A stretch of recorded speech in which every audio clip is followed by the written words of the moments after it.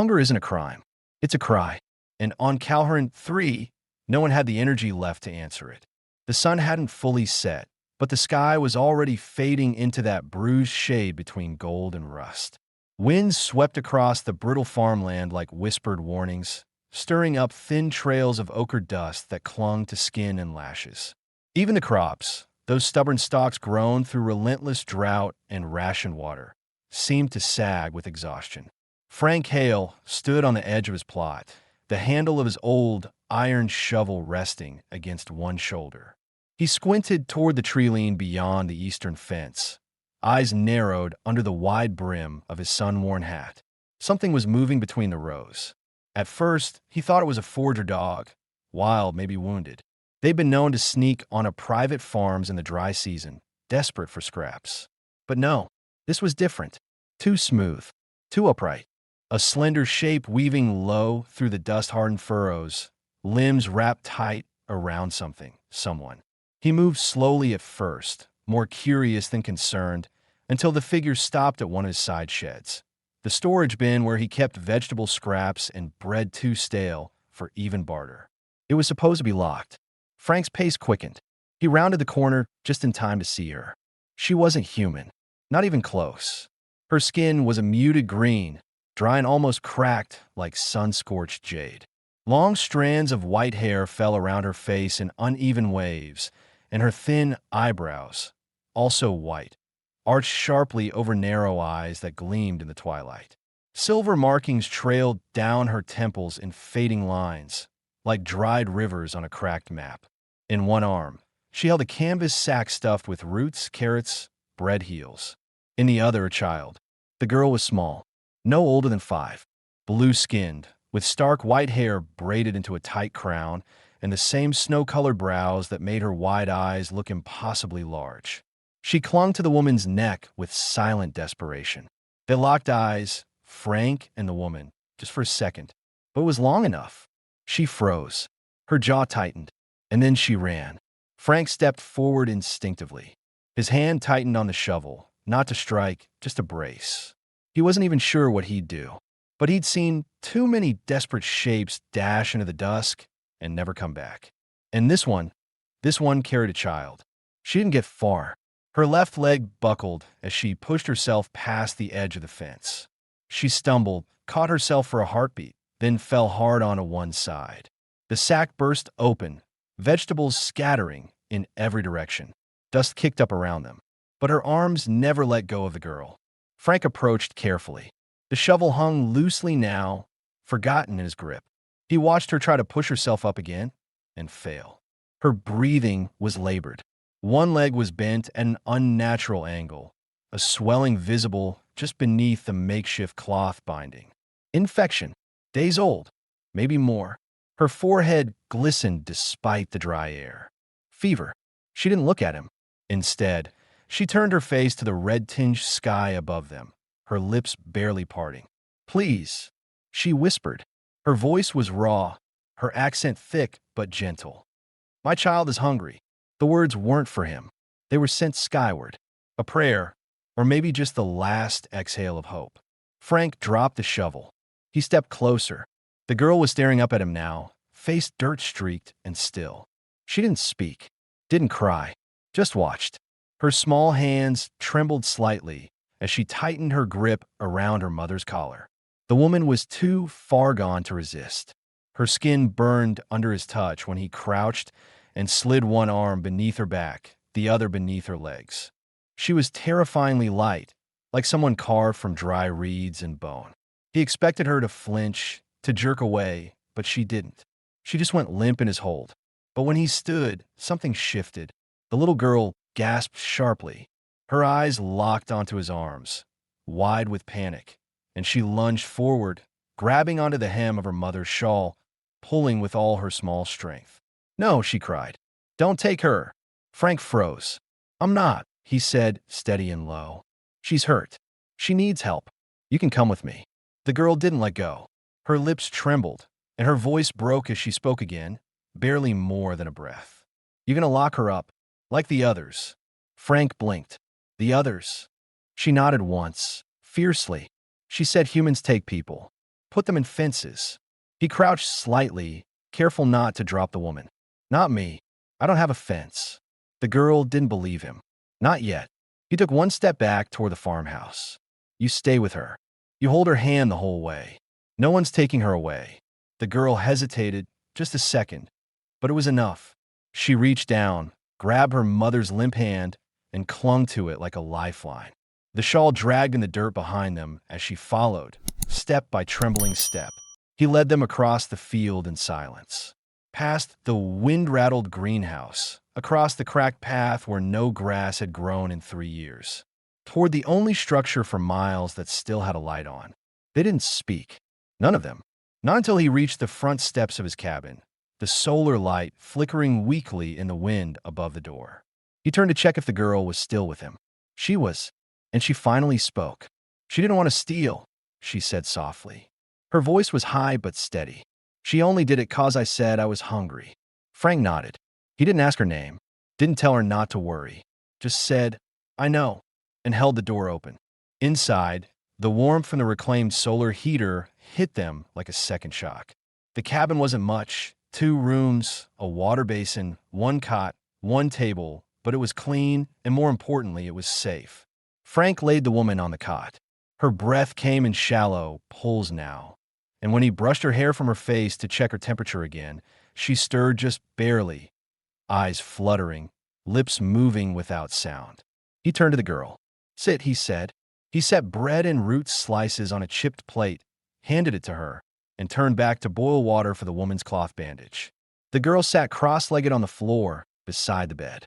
She didn't eat right away. She looked at the food for a long moment, then whispered toward her mother. Mama, can I eat now? Her mother didn't answer.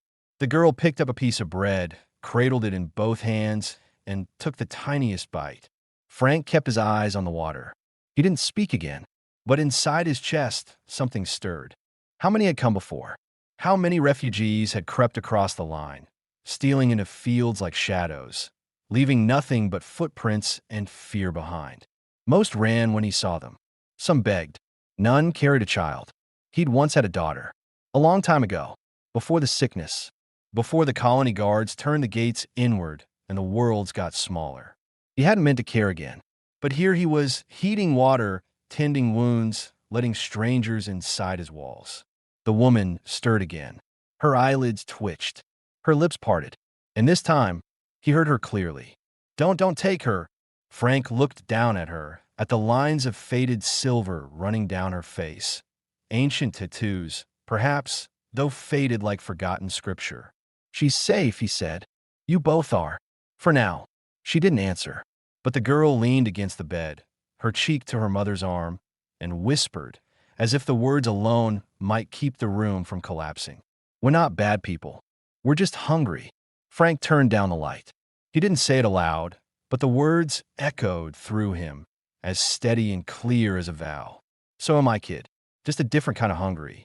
He stepped outside, into the night wind, staring out across his field of hollow crops and dust. He didn't know who they were. He didn't know what would come next. But he'd crossed a line, and with every step away from that shed, he knew.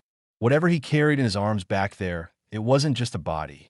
It was the beginning of something he couldn't set down. The woman hadn't moved in hours.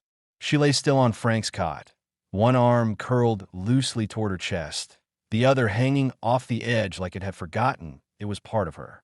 Sweat clung to her temples, darkening her silver markings, while her long white hair spilled in tangled waves across the pillow. Even in sleep, her brow remained furrowed, as if her body refused to let go of fear, even for a moment.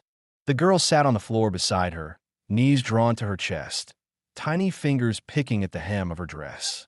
She hadn't spoken since asking for permission to eat. Hadn't touched the bread again, either. Frank watched from across the room, leaning against the counter with a half-clean dish in one hand and a faded towel in the other. He hadn't asked their names. He didn't need to. Names came later. What mattered now was simple. The woman needed rest, and the girl needed safety. For tonight, they had both. Still, the silence pressed on him like weight. Outside, the winds had settled. The sky had deepened into a starless dark, the kind of quiet night Calhoun 3 offered after the heat had burned itself out. But inside the cabin, there was still a storm, quiet, coiled beneath the surface, waiting to break. Frank cleared his throat softly, breaking the stillness. "You want more food?" The girl looked up. Blue skin shimmered faintly under the cabin's dim yellow lights. Her white eyebrows arched in something like confusion, or maybe caution. She shook her head. "She only eats after I do," came a voice from the bed. Weak, rasping. The woman's eyes were still closed, but her lips had moved. Frank turned. "I feed her first," she whispered again. "Then if there's enough." Her voice faded into the pillow. Frank set down the dish and crossed the room. "There's enough. You need to eat too." The woman stirred slightly, cracking open one eye. Up close, her face was thinner than he'd thought. Not just malnourished, depleted.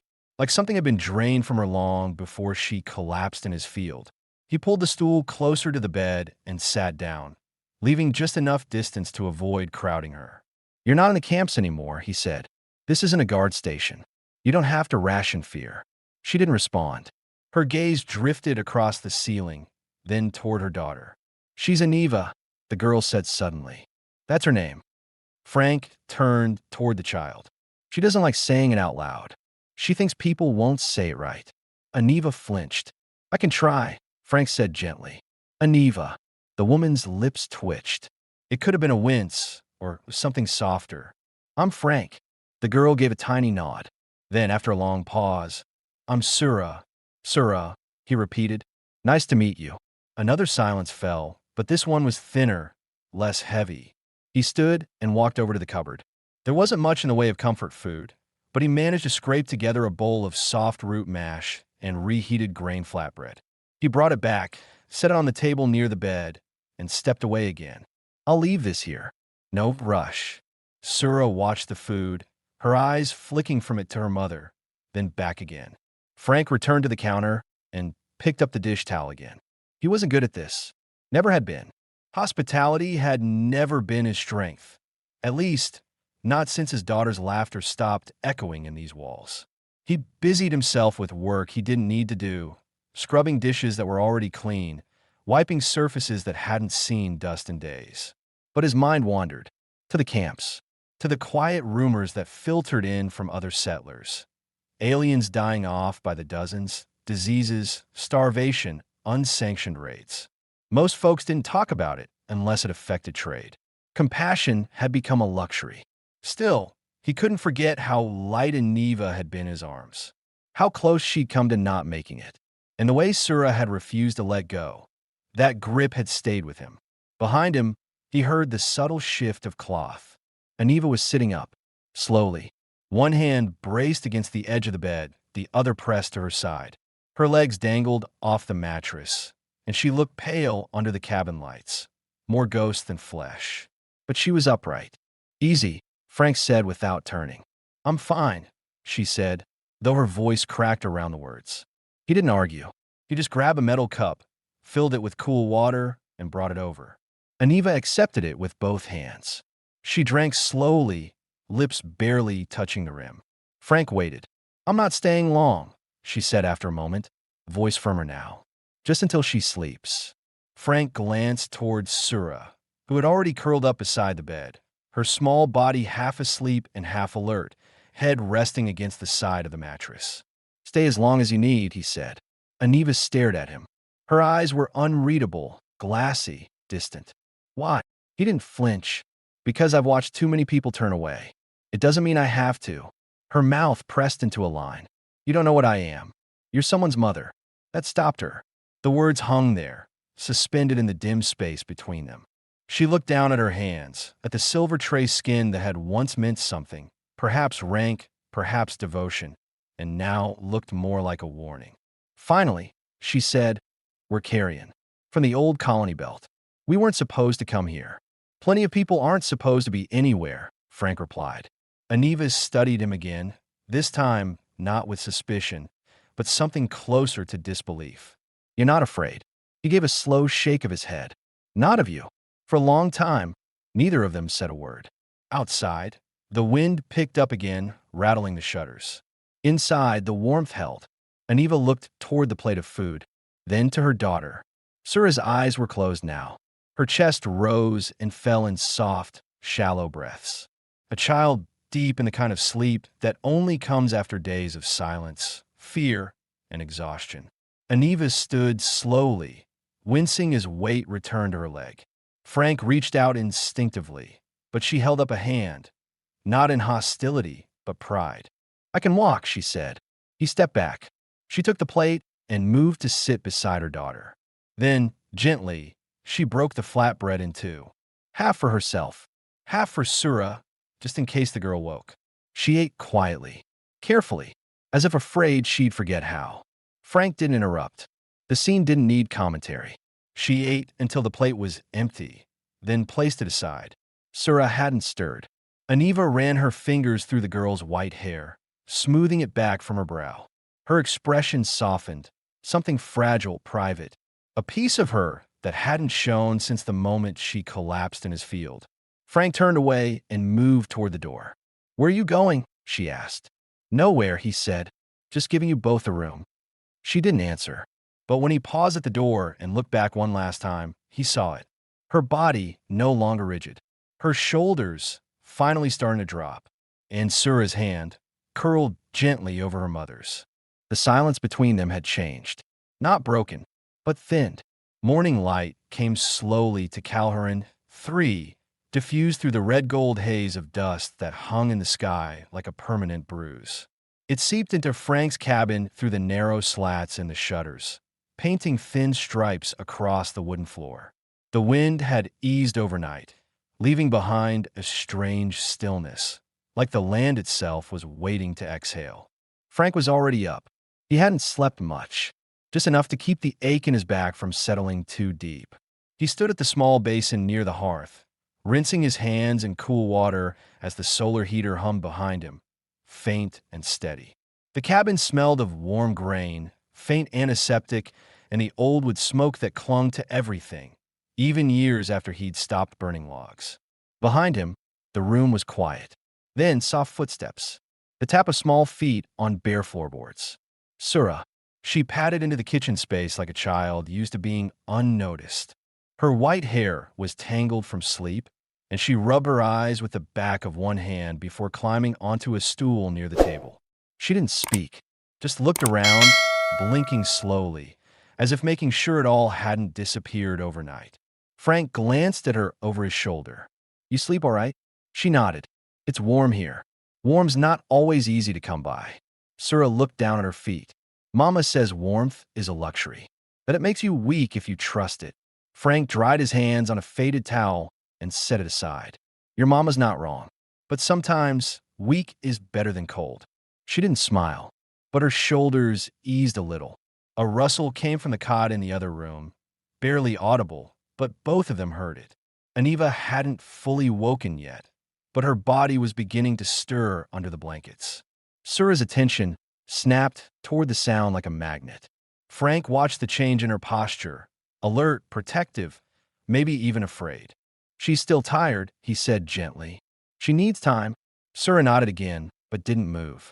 Her small hands rested on the edge of the table, fingers twitching like she wanted to do something.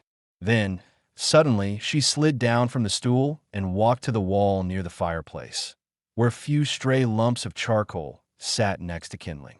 Without asking, she picked one up and began to draw on the wall. Frank said nothing. He didn't need to. The walls of this house had carried worse. At first it was just shapes, circles, swirls, long lines. But quickly, the images took form. A starship, a tent, two figures, one tall, one small, holding hands. The smaller one had a bright white crown etched into her head. He knelt nearby, not to interrupt, but just to watch. "You draw a lot?" he asked. Sura nodded without pausing. "When we stay in places longer than a day, I remember things better if I draw them."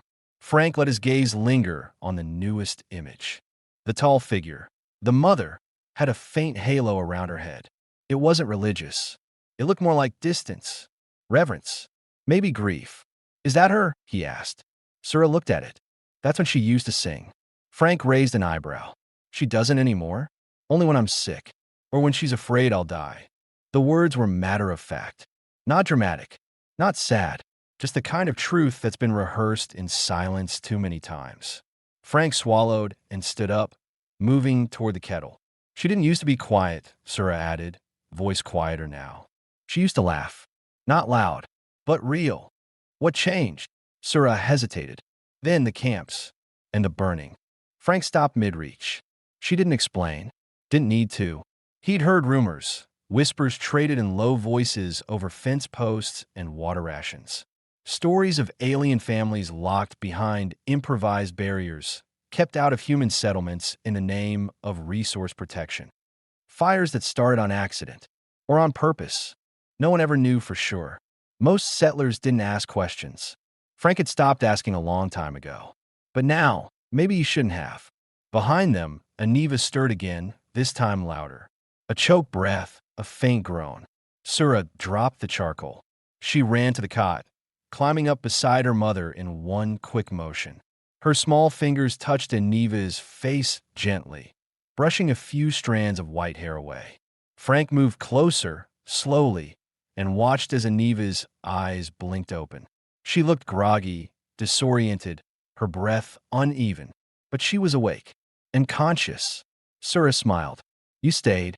Aniva's voice was sandpaper. I always stay. Frank brought a small tin cup of warm water and offered it without a word. Aniva took it with trembling hands. She drank slowly.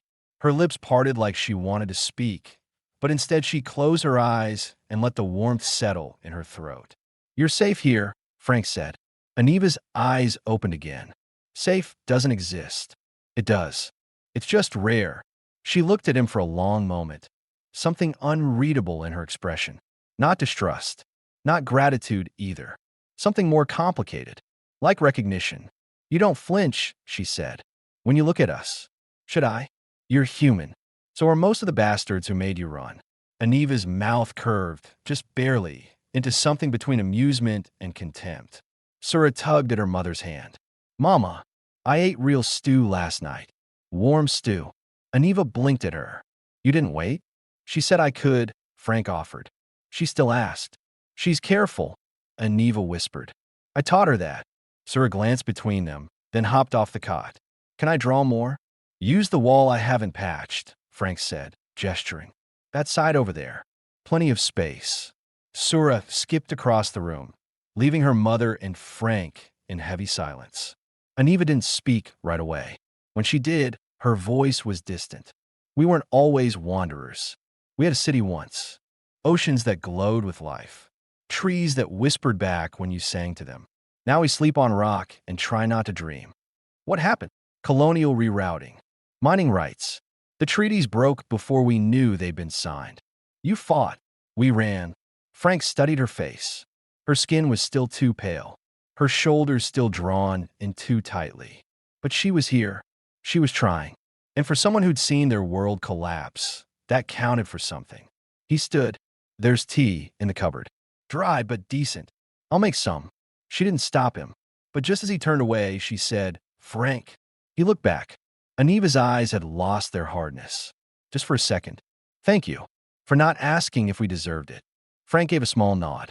No one ever deserves to starve. Sura let out a delighted noise from across the room. Mama, I drew your song. Aniva's breath caught. Frank glanced toward the wall. A sweeping pattern danced across it. Long curves like sound waves, stars woven into spirals. At the center, a figure stood with her mouth open, and the sky around her lit up. He looked back at Aniva. She was crying, but no sound came. And maybe that was the first real truth they'd shared. Not survival, not duty, but a silence that finally had someone listening. The stars over Calhoun, 3 were dim that night, blurred behind a faint orange veil of dust.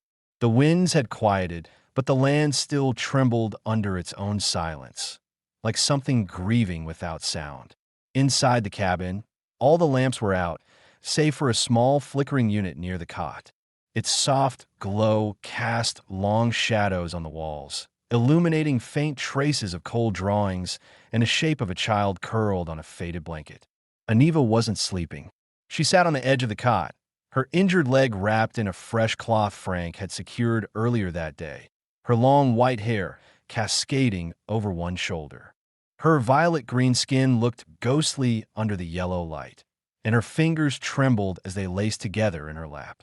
She stared not at her daughter, but at the window, where the glass had fogged from the warmth inside and the bitter cold just beyond it.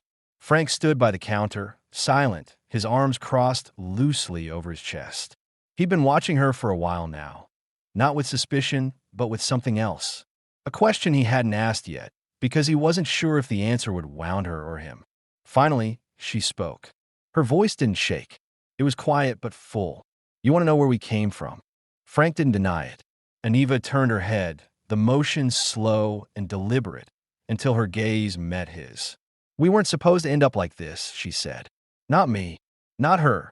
Frank stepped forward, not close enough to crowd her, but just near enough to show he was listening. "I was a physician," she said. "On Drekka, our third moon. It wasn't rich, but it was green. Lush valleys, ocean winds. We lived simply, and that was enough. I treated children mostly. Midwife work, bone breaks, malaria strains. I used to make mothers laugh when they thought they'd break during labor. They call me Star Ants." Frank raised an eyebrow. Aniva gave a dry smile. "We believe that those born under the equinox convergence had stronger gifts, healers, usually.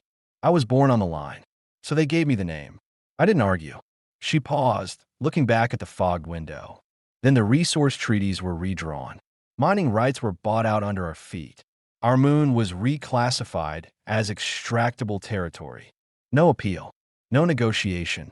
We were told the ecosystem couldn't be preserved alongside the lines. Frank didn't speak. He didn't need to. They gave us a transport date, a window to evacuate. My husband, Tehran, refused to leave. He believed we could resist peacefully. I begged him to come. He kissed our daughter and told her, "I'll catch up. I promise." Aniva's voice dropped. "She still asks when." Frank's jaw tightened. They cleared the settlement in one sweep. They didn't use weapons, not the way you'd think. They rerouted the water lines, shut down all solar access, then dropped a toxin into the lower farms, something that targeted photosynthetic bacteria. Within weeks, the valley died. Tehran stayed until his lungs began to bleed. I don't know what finally killed him.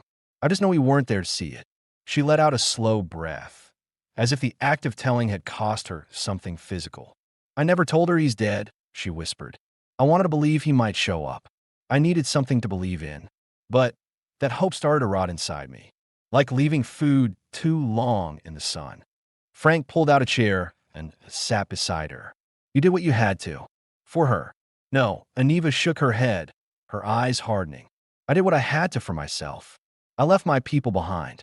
I abandoned patients who couldn't walk, mothers in late pregnancy. I convinced myself I'd go back, that I was just getting Sura to safety. And you didn't? How could I?" Once we reached the transport zone, the camps were sealed. We became unauthorized civilians. You know what that means. He did.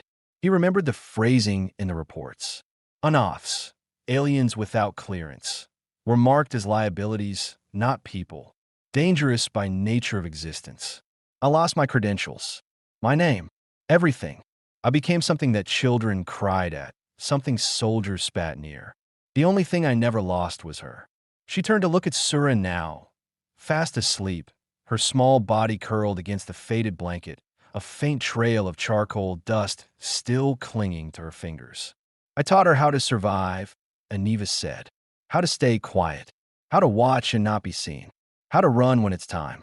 But I don't know how to teach her how to stop running." Frank sat with that for a long while. He thought of his own daughter, the weight of her absence, and the silence that came afterward.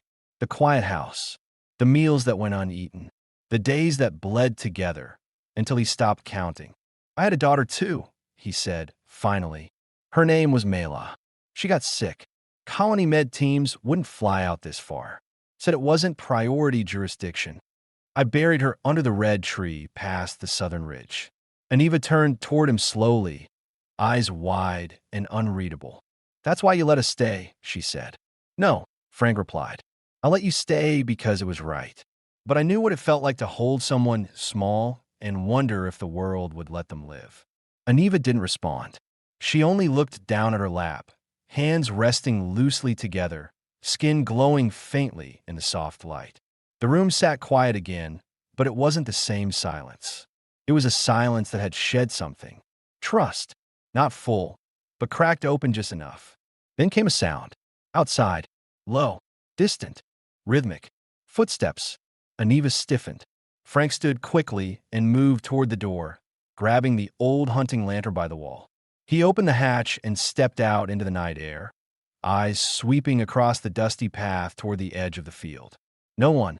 Then he heard it again. Not footsteps. Wheezing. Soft and broken.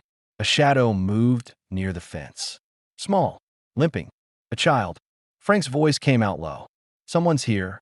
Aniva had already risen, limping toward the door, her injured leg dragging behind her, one hand braced against the wall. She reached the door and looked past him. Her eyes widened. "Kaylee," she breathed. "You know them? She's from Sector 13, one of the burn zone kids. We haven't seen her in weeks." The girl collapsed against the post near the greenhouse. Her skin, pale blue, like Sura's, was blistered, dry and splitting at the edges. She was clutching her stomach with one arm, her eyes glassy. Aniva didn't wait. Before Frank could stop her, she pushed past him into the night. Her gait was uneven, but she moved with purpose, across the yard, through the field, and down to the girl's side. Frank followed with the lantern, the beam cutting through the darkness. Aniva was already kneeling, murmuring softly in a language he didn't recognize. She checked the girl's pulse, touched her cheek, and lifted her into her arms with the kind of care that only came from practice and love. "She's burning up," Aniva said as Frank approached, "and dehydrated. I need clean water. Cloth.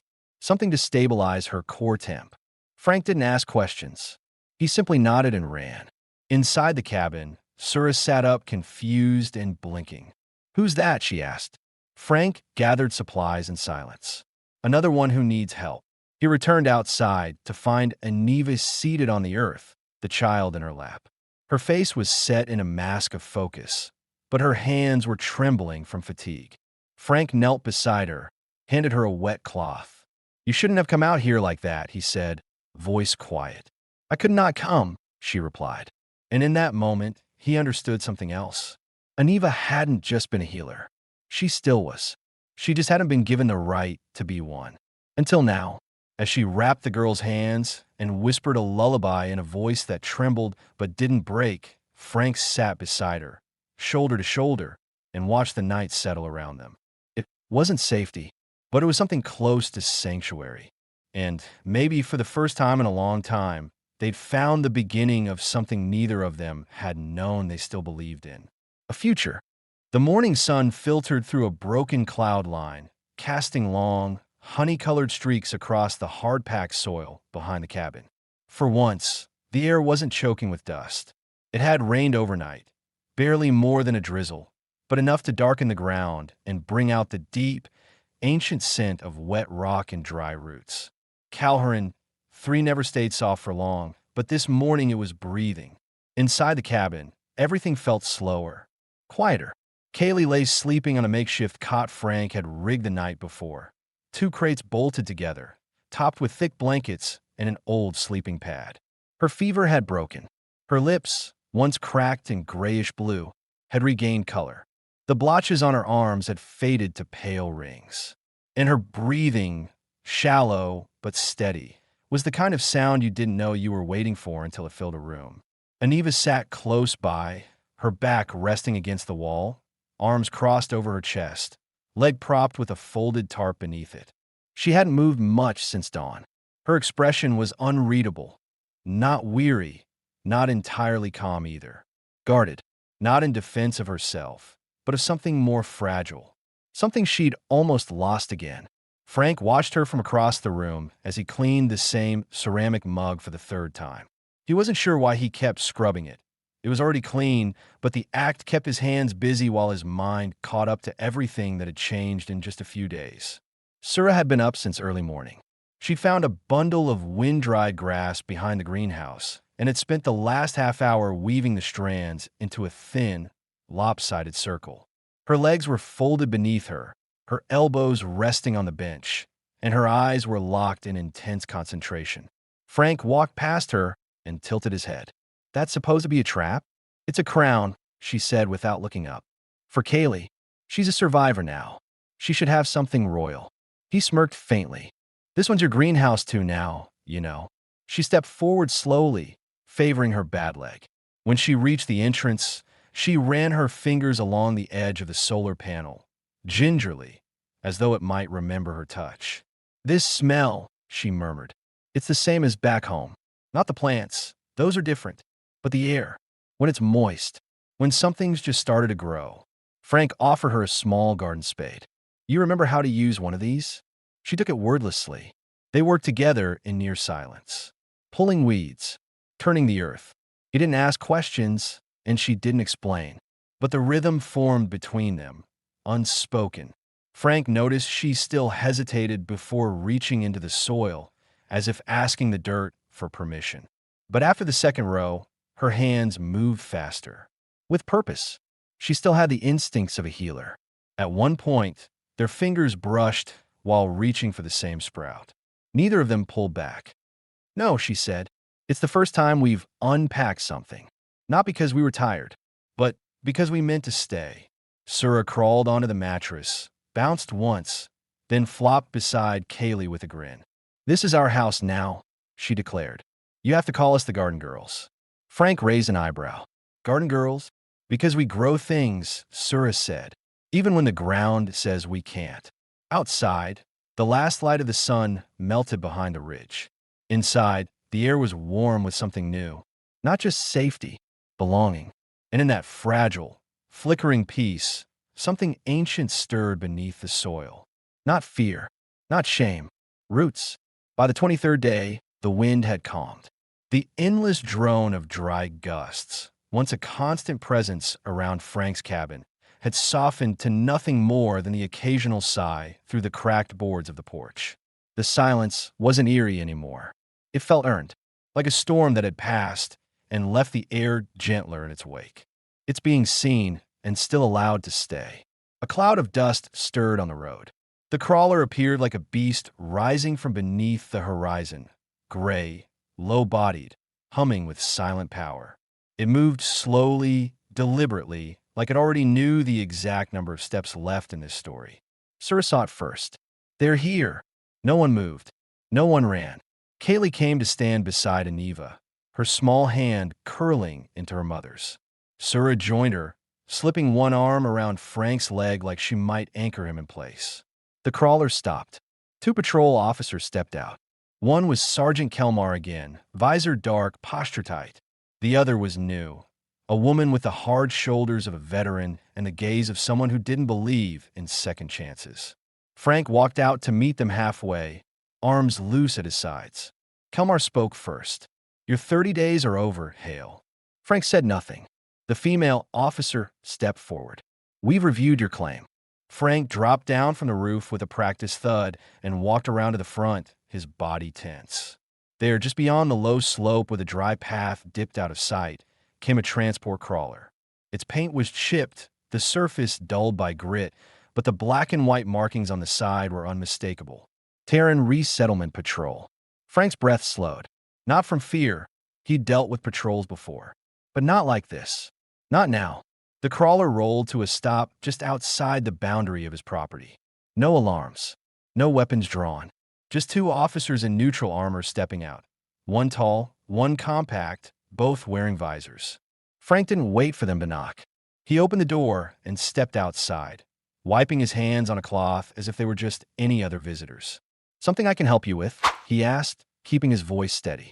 The taller officer, badge reading Sergeant Kelmar, nodded curtly. Routine passed through. He hadn't spoken in a while.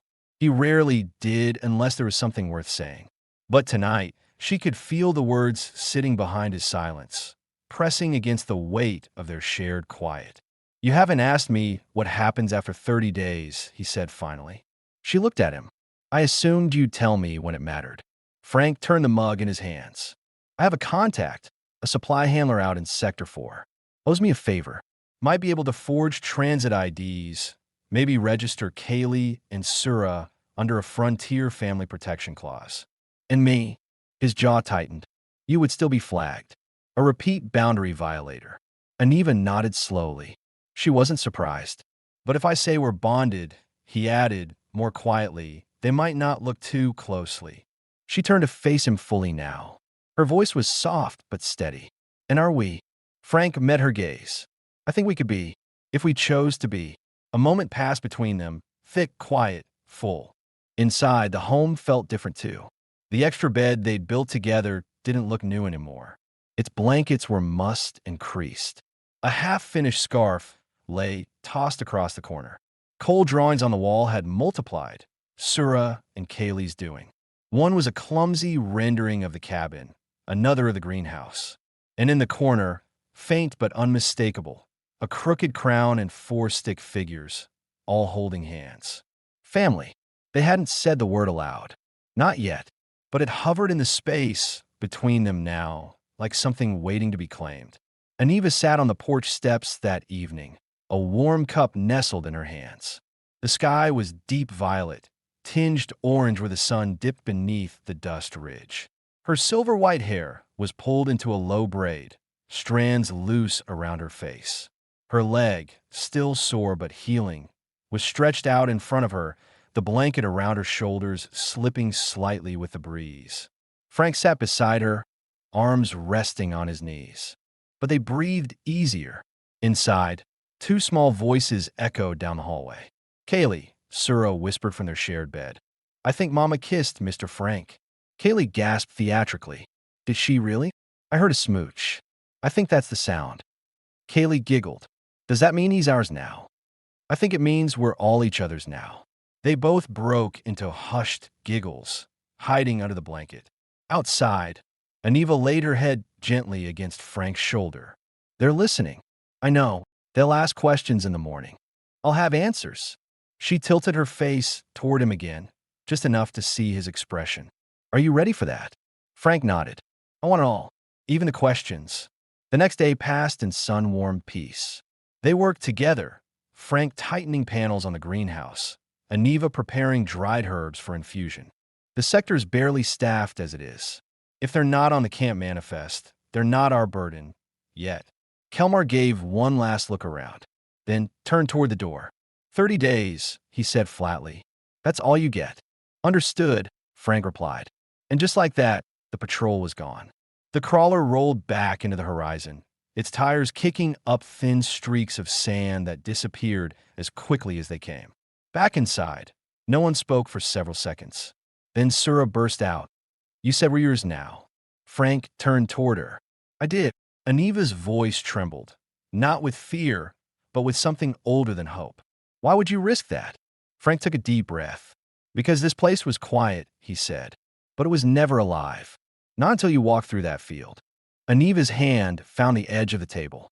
She gripped it as if bracing against something bigger than gravity. Her voice came out almost a whisper. You're not afraid? I am, he said honestly. They're not running, Frank continued. And neither am I. A silence stretched. Then Aniva spoke, her voice even full. You can arrest me. You can log your report and check your boxes. But the story won't end there. Because one of these girls is going to grow up and tell the truth. That she was worth more than a barcode. That she was loved. Kaylee stepped forward. I'm not sick anymore. Sura nodded. And I planted a flower. And it didn't die. Kelmar looked at them. Then at Frank. Then down at the scanner in his hand. He sighed.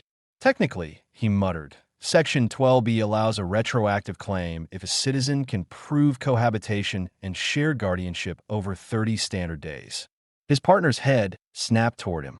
Sergeant. He cut her off. Frank Hale is a decorated terraformer. 8 years in Sector Red. 2 commendations for community stability. His record is clean. He looked up, and if he says this is his family, I'm inclined to let that stand. Aniva looked back toward the horizon. I haven't chosen anyone in a long time. I stopped believing I deserved to. You didn't stop believing, Frank said. You were just too busy surviving. He shifted a little closer. Their shoulders nearly touched. She didn't move away. You're not just safe here, Aniva, he said, voice low. You're wanted. She turned her head slowly, her eyes shimmering in the half-light. Frank, but he didn't let her finish. I don't need you to say it, he whispered. I just need to know if I can. Yes. The word left her mouth before her mind could interrupt it. And then she leaned forward, slowly, deliberately, and pressed her lips to his. It wasn't rushed. It wasn't desperate. It was the kind of kiss that carried weight, not heat. The kind that says we are still here, even after all that try to break us. His hand found hers, fingers threading together without effort. When they parted, she didn't move away. Neither of them smiled. Her eyes closed for a breath. Then she ate, not out of appetite, but out of something closer to ritual. They ate together in silence. Not awkward, not strained, just careful. Like people learning to be near one another without bracing for pain. After the bowls were cleaned and the fire reduced to embers, Frank stepped outside to tend to the greenhouse. The soil was finally soft enough to turn. He moved down the row, checking the reflective panels, brushing debris from the ventilation slats, hands automatically performing a routine older than the colony itself. Behind him, he heard footsteps, light, hesitant. He didn't turn until she spoke. I can walk, Aniva said, her voice low. But not for long. Frank turned to find her standing in the doorway, barefoot, wrapped in one of his old blankets. Her hair, though still unbrushed, had been pulled back. The silver lines along her cheeks caught the light again, faint but no longer dim. "Come in," he said, nodding toward the path. And in that small patch of scorched soil, where nothing was supposed to grow, something did. By the time the midday heat settled in, the sky had turned a hard, pale white. It wasn't quite the same as the harsh red of the dust storms, but it carried a different kind of threat, stillness. On Calhoun 3, quiet was never just quiet. It was a warning. Frank stood on the roof of his cabin, adjusting one of the solar collectors that had been knocked out of alignment in last week's wind. Sweat trickled down his temple, disappearing into the coarse stubble along his jaw. He could hear the girls inside, Sura's high-pitched voice explaining something to Kaylee, who responded in broken whispers, still too weak to raise her volume. The sound of their chatter drifted through the open window like something fragile and precious. And then he heard something else. Wheels, not from a supply drone. These were larger, heavier, tires grinding slowly through dust, like an animal recognizing the scent of a predator. Frank stepped in just ahead of the patrol. His eyes met Aniva's for the briefest second, and in that instant, something passed between them. Not panic, agreement. Kelmar walked through the cabin slowly. His partner followed, scanning walls, shelves, even the floor. Kaylee didn't move. Neither did Sura. Aniva's hand hovered near the knife she had been using, but she didn't pick it up. She didn't run. She didn't speak. They had run before. Hidden, evaded. But not this time. The sergeant's gaze swept the room. "You live here alone, Hale?" "Not anymore," Frank said. Kelmar turned. "Is that so? I've taken in 2 dependents. Off-grid miners. No violations. Section 8B of the Colonization Compact allows me to house unauthorized persons under emergency status for 30 standard days." Kelmar's lips pressed into a hard line. "And you're claiming these refugees under that status?" "I'm not claiming them," Frank said. "But I've been afraid before. And I was alone then." They stood in that quiet, Kaylee watching, Sura wide-eyed, Aniva motionless. Then slowly, Aniva walked to him, each step deliberate, her limp still noticeable, but no longer a hindrance. She reached up and placed her hand over his chest. "I don't want to be a guest," she said. "Not anymore." He didn't smile, but he covered her hand with his own. "Then don't be." That night, Frank built a second bed. Not a cot, not a temporary nest of blankets. A real bed. Sura helped him place the wood panels, handed him nails and screws, asked 100 questions about how long it would last. "A long time," he said. "Forever. As long as we need it." Kaylee helped too, dragging over pillows and folding blankets. Aniva stood in the doorway watching them, arms folded but not closed off. She didn't say anything until the last screw was in place. Then she whispered, "Thank you." Frank looked over at her. "It's just a bed." She turned to him fully, and for the first time, she smiled without restraint. A smile not of survival, but of choice, of wanting.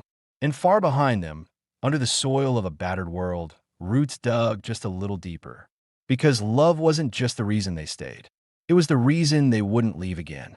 The morning of the 30th day began in stillness. No wind, no sand scraping against the windows, just the faint sound of breathing, slow and steady, from the sleeping figures inside the cabin. Frank rose early, before the girls stirred.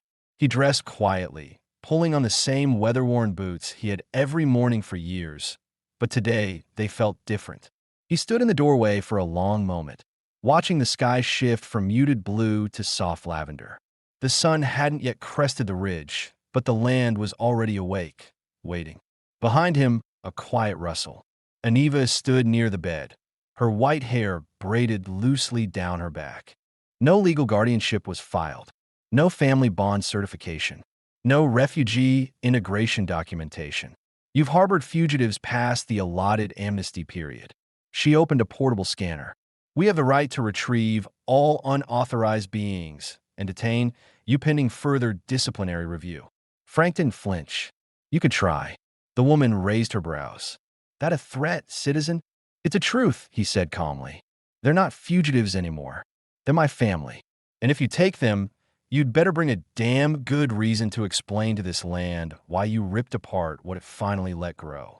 Kelmar's jaw shifted. The female officer blinked. The law was written by people who never touched this soil, Frank said, who never lost a child in it, who never watched someone plant something fragile and wait weeks just to see it breathe. He turned slightly, motioning toward the cabin. Aniva stepped out, the girls flanking her like sentinels. Later, under a quiet sky, Aniva and Frank sat beneath the greenhouse archway, watching the night bloom above them. We're not just surviving anymore, she said. No, he replied. Now we're growing. And far beneath the soil of Calhoun 3, where no one thought life could take root, something did. It bloomed, and it stayed. And what do royalty eat for breakfast? Stew, Sura replied with total seriousness. But only if it's spicy and smells like home. Frank went back to the stove, stirred the pot slowly, and tasted the broth. He added a pinch more salt from a chipped tin, then looked over at Aniva. You hungry? She didn't respond immediately. She'd been like that more often, there but distant, present yet tightly coiled. Sura looked up. She'll eat after Kaylee does. Mama says food tastes better once you know your child's okay. Frank ladled out 2 bowls anyway. He placed one next to Aniva and held the other towards Sura. She's better now, he said. So both of you are allowed to eat. Sura took the bowl without protest and carried it to Kaylee, setting it down near the cot and crouching beside it. I'll help her sit when she wakes up. Aniva's hand hovered over her own bowl for a moment. Then she slowly wrapped her fingers around it, exhaling quietly as the steam touched her face. No, Sura said with exaggerated solemnity. You get stew, and you get to stay. Frank leaned against the doorframe, arms folded, watching the 3 of them. He didn't say anything. He didn't have to. Later that evening, after Kaylee had fallen back asleep and the sun had dipped behind the hills, Aniva stood beside Frank in the garden. Sura was digging in the soft earth, planting a single scrappy-looking seed. She pressed the soil around it carefully, then whispered something only the dirt could hear. What's she doing? Aniva asked. Frank smiled faintly. She says it's a stomach flower, one that grows only when someone's really loved. Those don't exist, Aniva said, shaking her head. Not yet, he replied, but she's trying anyway.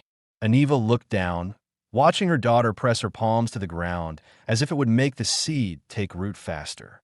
Then, without thinking, she reached for Frank's hand. He didn't flinch. She didn't let go.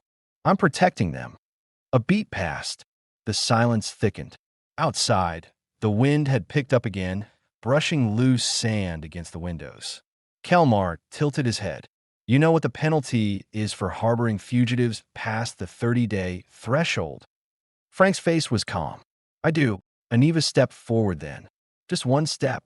Just enough to place herself beside Frank. Her voice was clear.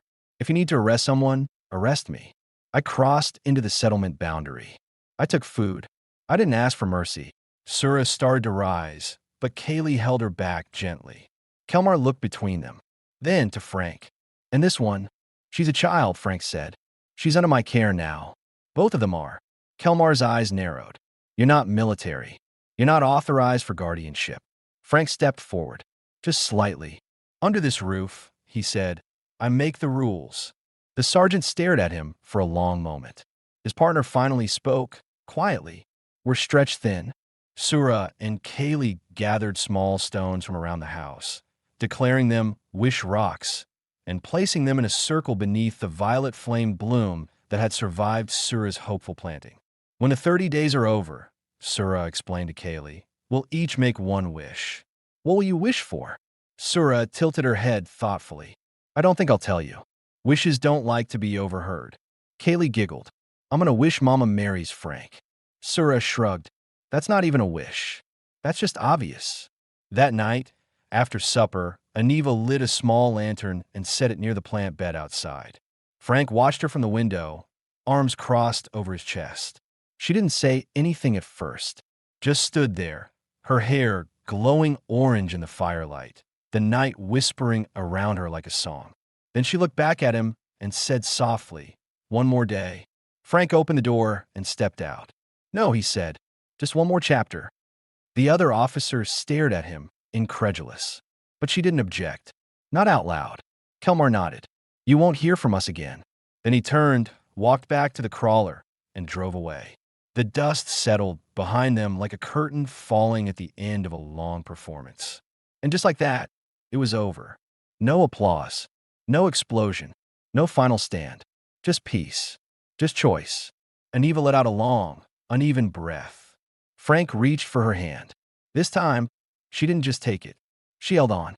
That night, they celebrated, not with noise but with stillness and warmth. Aniva lit a low flame in the fireplace, and Frank cooked a stew so rich the girls claimed it must have been magic. They danced, awkward and barefoot, to the sound of wind chimes swaying outside the door. Kaylee wore her flower crown again. Surah added more drawings to the walls. One showed 4 figures standing beneath a tree with deep roots and wide branches, cradling stars in their arms. There was a motion ping last night near the south ridge. Thermal signature matched a humanoid form entering a private zone. Frank shrugged. Probably a coyote. They come down for the compost sometimes. Kelmar didn't react. Private zones are not designated for wildlife. Frank crossed his arms. Neither are most of the camps. The sergeant's partner shifted uncomfortably, but said nothing. Kelmar stepped closer. We have orders to scan any residences within a 3-mile radius. Nothing invasive. Standard compliance. Shouldn't take more than a few minutes. Frank didn't blink. You won't find anything here. Then you won't mind. Frank opened the door without hesitation. Go ahead. Just don't touch the greenhouse. Inside, Aniva froze mid-step. She had been slicing dried root stalks into stew and placing them neatly into the pot. Kaylee and Surah sat at the far corner of the room with small cups in their hands. The moment the boots hit the porch, the air shifted. Aniva's eyes met his. And this time, she didn't look away. I forgot what this felt like, she said softly. To be useful. To not be hiding. Frank adjusted a cracked reflector and looked up at her. You were never just hiding. You were surviving. There's a difference. Maybe, she said, but they don't build statues for survivors. No, Frank replied. They build families. She froze, not startled, just still. And then, from the distance, a voice. Mama. Kaylee's awake. Aniva dropped the spade without a word and moved toward the cabin. She didn't run. Her leg wouldn't allow it. But every part of her posture screamed urgency. Frank followed. Inside, Kaylee was sitting upright, blinking slowly, her mouth dry but smiling. You came back, she whispered. Aniva knelt beside her, brushing her hair back gently. I always do. Surah placed the grass crown gently on Kaylee's head. Now you're a queen. Kaylee giggled weakly. Does that mean I get castle? She wore one of his old flannel shirts over her tunic, sleeves rolled to her elbows. There was no fear in her eyes this morning. No guilt, only resolve. They'll come today, she said. He nodded. Do you think he'll take us? Frank turned to her. Not if I have anything to say about it. Down the hall, Kaylee and Surah had already begun to whisper. They weren't afraid. either. They were hatching a plan to hide in the root cellar with their emergency snacks and a pair of sticks they had declared honorary swords. Frank overheard Kaylee whisper, "If they take Mama, we'll make them regret it." He almost smiled. Aniva joined him on the porch, watching the horizon with the kind of stillness only someone who had been hunted before could carry. But today, she wasn't hiding. "I used to think being free meant disappearing," she said. "Becoming untraceable, unnoticed." She looked at him now. "But it doesn't, does it?" Frank shook his head. "Freedom isn't being invisible.